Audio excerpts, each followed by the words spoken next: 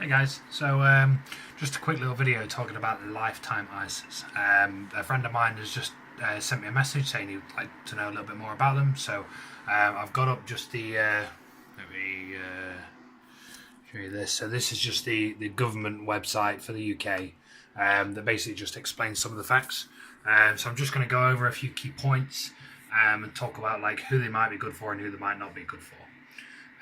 So the lifetime ISA essentially has two purposes.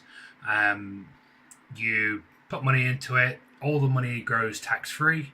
You can put the money in the stock market or you can put the money in cash. And in April of every year, for every pound you've put in, you'll get 25% bonus up to a maximum of £1,000 bonus. So if you put in £4,000, you will get £1,000 as a bonus in the next April. So the two times that you can use the ISA without any penalties is one, to buy your first home. If you've never bought a house, then you can use it as your lump sum saving up for your house, or you can use it as a retirement saving. I'll first talk about the house. So the good thing about the house, there is already a project by the government already called the Help to Buy ISA. That gives you 25% bonus. You can only put in £200 a month. When you redeem it, it gives you 25% bonus on what's in there. But obviously you can only put 2,000 in a month, so 200 a month. So it really limits how much you can put in there. With the lifetime ISA, it's good because you're getting that 25% bonus, and you can put more in, but you only get that bonus in April. So if you don't, let's say you get to next April, you've not got enough, you're saving up, you've got your bonus for what you've put in this year, but then you find a property you want to buy in December. It's great. You can use the 25% for your first year because you got that as your bonus, but you've missed out on all the money you've put in there. Is literally just the money you've put in there. You're not getting that bonus because you've got to wait till the next April. I hope that kind of makes sense. But it's really good if you're thinking long term. You're thinking 3 to 5 years down the line. You're thinking about buying a property.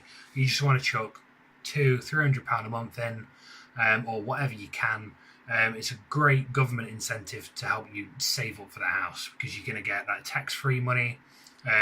Hopefully the cash ones, when they come out, are going to be relatively decent. I mean, the Help to Buy ones were like between 2 and 5%. So you can get a little bit of compounding going off there. If you don't know about compounding, I've done a previous video just explaining the importance of compound interest.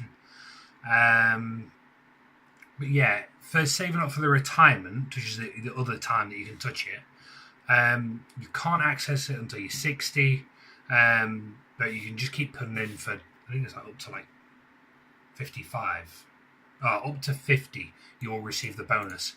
So you can get quite a decent amount of money built up. I mean, if you opened it at 20 and put it until you're 50, you could make the government could give you an extra 30 grand.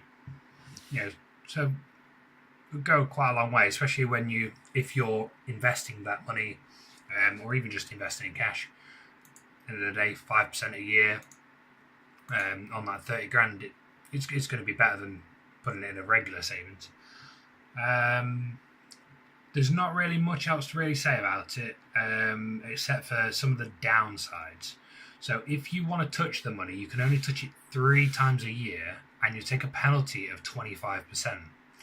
Now, if you think, well, I put in 100 quid, I get my 25% bonus, well, that takes you up to 125 quid. If you take a 25% loss when you take it out, you then end up with £93.75 back. So it's actually cost you £6.25 to take out that money early. So you've got your bonus, you then tried to take out your money with your bonus, you take that 25% hit, it costs you. So the idea is don't touch it. That's kind of the point. it's for saving up for a house or retirement. That's it. If you want to touch the money, you can. So if you do need it, it is liquid enough for you to, literally within seconds, it's in your account again. But it's not designed for that. If you believe that you want to access your money, just go for a regular cash savings or a regular stocks and shares ISA, and just avoid this penalty.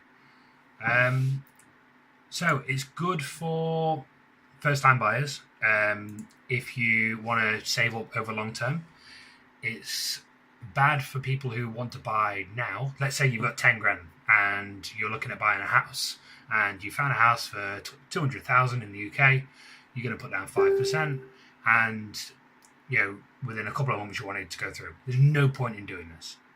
You won't get the bonus, and it'll be so much faffing for setting it up, and there's probably going to be a solicitor fee, for going through the process of getting the cash out. I don't know that. It doesn't really say, but they didn't really explain much about the Help to Buy ISAs anyway.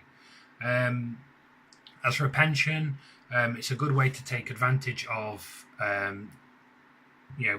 so let's say you've got your own pension. Workplace pension's pretty popular now. You've got your state pension, but you want to do a little bit more. You can just chuck a little bit of money into it, build it up over the long term. I don't personally have one, and I won't be getting one, but that is because you cannot touch that money until you're age 60. And I would like to retire before I'm 40, not 60. So therefore, I keep my money in just a stocks and shares ISA. Yes, I don't get the bonus, but I get liquidity. I get the ability to take out that cash whenever I want. And I don't have to work till 60. So I hope this video clears up a few things. As I say, they are relatively new. There's still a lot of information coming out. If you have any questions, comment, and I'll get back to you. And if you like the video, like and subscribe. Cheers, bye.